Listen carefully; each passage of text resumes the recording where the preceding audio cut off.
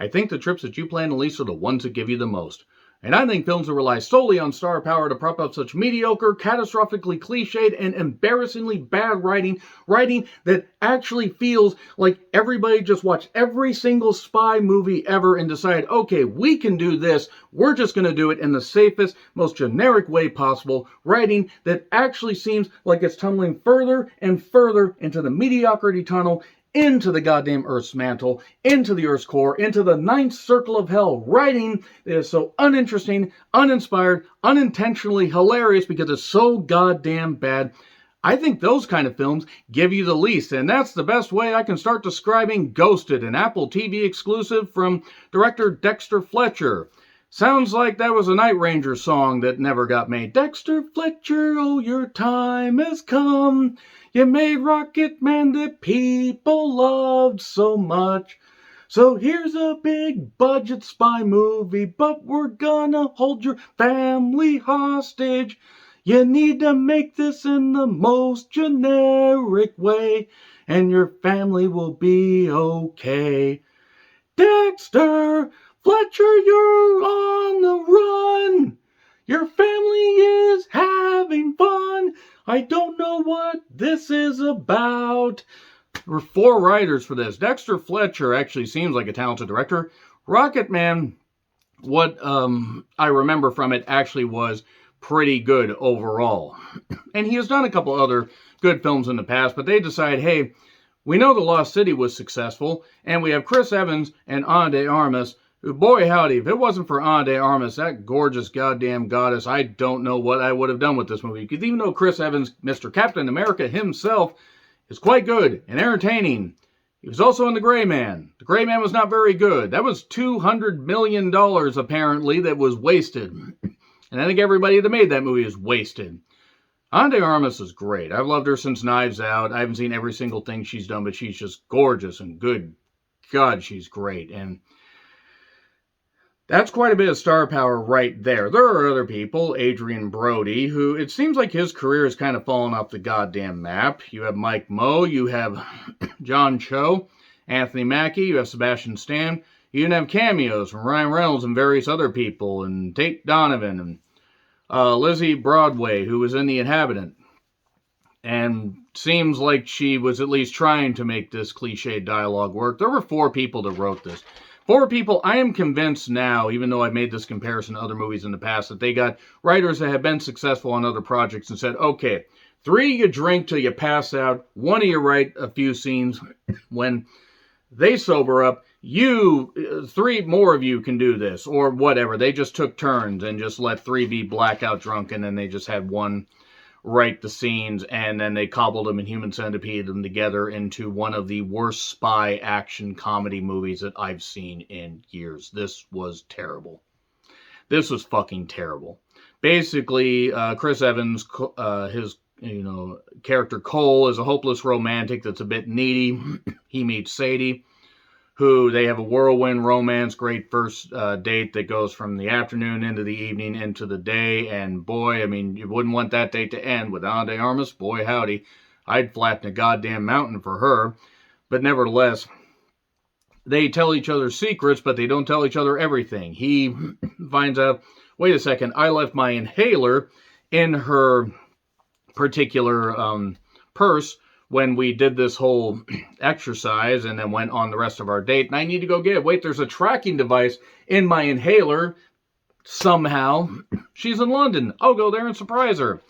And then he's caught in a series of circus pants, as it were, and a victim of circus pants, and he is seen as the tax man, He's a tax man,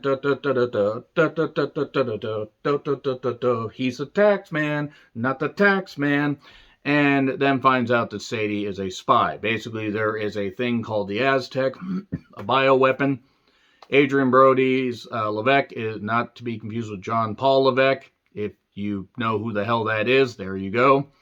If you know who the hell Paul Levesque is, you get it. If you're a non-wrestling fan, you have no idea.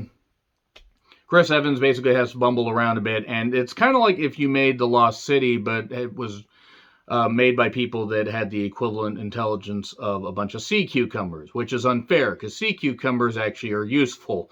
Everybody else, as far as anybody that funded this, they're not. This movie was terrible. A series of cliches, bad action pieces that you've seen 1,000 times before. And even though it does rely on Ana de Armas's charms, and boy does she have them. Boy does she ever. And Chris Evans has been good in a lot of shit. This doesn't... They have almost no chemistry. The film looks like shit as far as just everything seems safe. Sanded out. Everything about this movie just doesn't click at all. It's also overly long. Even though it's under 2 hours, it feels like it could have been about 85 minutes, and then it still would have felt too long. This movie would have been better off not being made, but the whole ghosted thing is because Sadie did not return his text. So he feels ghosted. And also there's a constant thing of whenever they're together and characters see them, they said, you two should get a room. Well, they did, and that's how they ended up in this mess. Again, being pulled into Ana de Armas's house for a whirlwind romance. What man, and statistically, what would a lot of women do? They would absolutely go for it, because look at her. Look at her. Seriously, she's great. So yeah, 4 people wrote this. Rhett Reese, just sounds like an 80s wrestling jobber. Cruel Intentions 3 of Zombieland, G.I. Joe Retaliation, Deadpool, Life, and Pat Wernick did the same. By the way, fuck Life. Life was one of the worst goddamn movies I've seen in my life. Ha ha ha. Eric Summers also helped write this, and Chris McKenna. Spider-Man movies, later Spider-Man movies, and that kind of stuff. And this movie was honestly just made by people that seemed like to sustain several major head injuries. Everybody seemed to be sleepwalking through it. Even Ana de Armas, as sexy as she is, she really is goddamn, good lord. And there were even a few other points where I was like, okay, this might not be, it didn't start out that horrible. It started out generic and then just got really bad when it got to the action-y parts. The movie didn't seem to know what it wanted to be, and it just kept having a whole bunch of, really, clashing writing, issues and stuff like that. Maybe everybody went to war and only 3 writers walked out. It was like that. It was like being trapped in a room, and they had a subliminal voice tell them that somebody is possessed by an alien, and the only way is to dig this stuff out of them for the key and stuff like that. What am I on about? I don't know. It makes as much sense as any of the writing in this goddamn movie.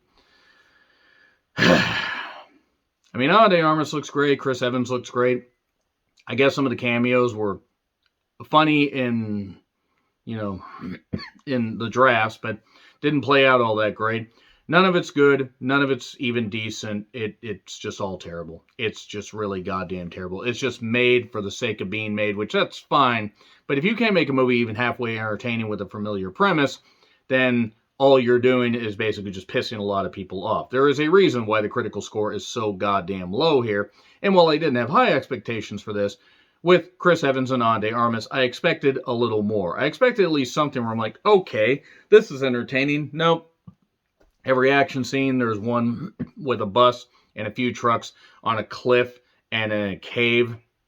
And then various shootouts. And the villains being stupid and somehow being dumber than the heroes. They need a hero. They need a hero at the end of the night. They would cut certain scenes out. There was a particular parachuting scene that seemed to be implied, and then it was just taken all the way out. Maybe budgetary constraints. Maybe they realized, oh shit, we need to write more bad dialogue. We can't have that happen. We can't have them exchange stuff, dialogue while parachuting out. That would be totally unrealistic and totally ridiculous. Yeah, it's terrible. It's absolutely terrible. Also, there's this, running gag with a cactus that you only need to water a cactus here and there, but then the cactus will grow, like Rita Repulsa. Let my cactus grow! It's on Apple TV if you want to watch it. If you want to subject yourself to it is really how I should have worded it, and that's all I'm going to say. I'm going to get into spoilers right now, so there you go. 3, 2, 1, and spoilers. Okay, so Chris Evans is a farmer. Works at a flea market type thing, meets Sadie. He tells his parents about it, and then his sister, played by Lizzie Broadway, is there, who basically downplays a lot of his romance. You shouldn't send her so many texts, and during this date, he talks about The Exorcist being the scariest movie of all time. The fuck it is. It is not scary. At least it's not to me. If you think The Exorcist is scary, please let me know. Please let me know. I retro-reviewed The Exorcist last year or 2 years ago. I don't remember which. And from there, he finds Sadie and then gets captured by some guys when he gets to London, and then is accused of being the tax man. And there's this passcode thing that he's supposed to know to unlock this briefcase to get this Aztec deal. And how there's a tracking device and an inhaler, I don't goddamn know.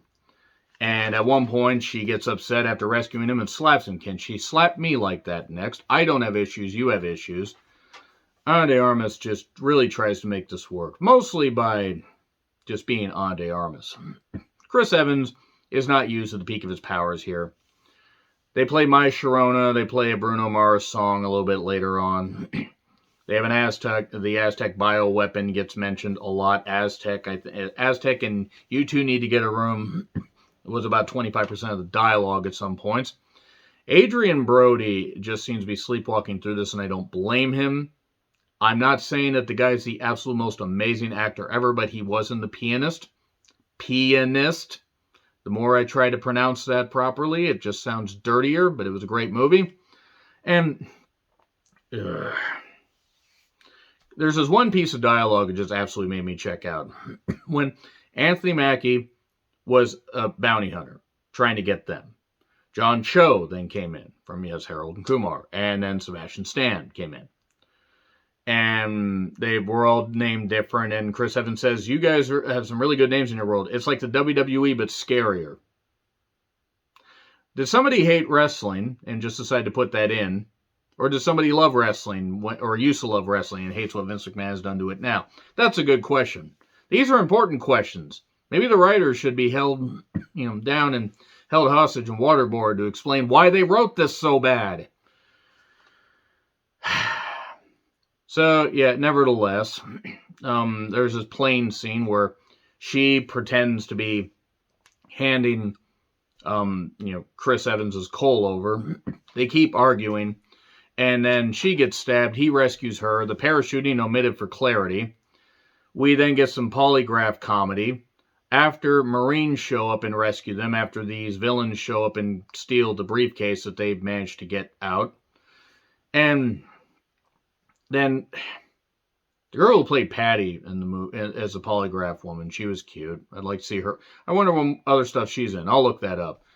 And you try to get Cole to turn on Sadie. They try to get Sadie to turn on Cole.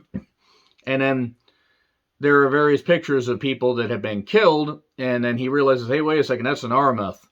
Or however the hell that's pronounced. It's an Aztec plant. The genetic code is the whole thing. The genetic code is the passcode that they've been looking for to unlock this deal. And so they use Cole, and the mission's going, and Sadie got sent home briefly. There was one point I noted with the rotating, spinning around restaurant in the sky that I would never go to. The hostess was gorgeous. I don't know if and I looked at the cast, Sabrina Gallet or Cora Maple Lindell. If it wasn't one of those two, if the hostess cameo happens to be watching this, be in more stuff. You look good. Like, my opinion matters. But that was one highlight of the goddamn movie. Ana de Armas in that dress, good lord. And then we get a negotiation. And then we get the money wired to Ana de Armas' account that she immediately uses to send to any bounty hunter that will kill Adrian Brody's character, Levesque. And then somebody messes with the gears, and then the thing starts spinning around, glasses breaking, people get shot up, people get out somehow during this whole thing.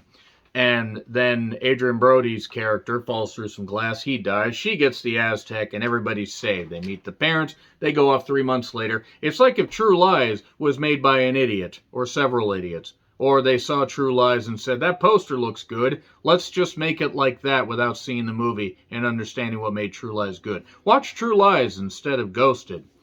And there you go. Now they're all together. And that's it. One of the worst movies of the goddamn year. Let me know your thoughts on the F, by the way, F, just in case I wasn't an indication from the intro. Agree, disagree, what I said, like, share, subscribe, Twitter handle in the description. I'm John Ritlin. I'll see you soon.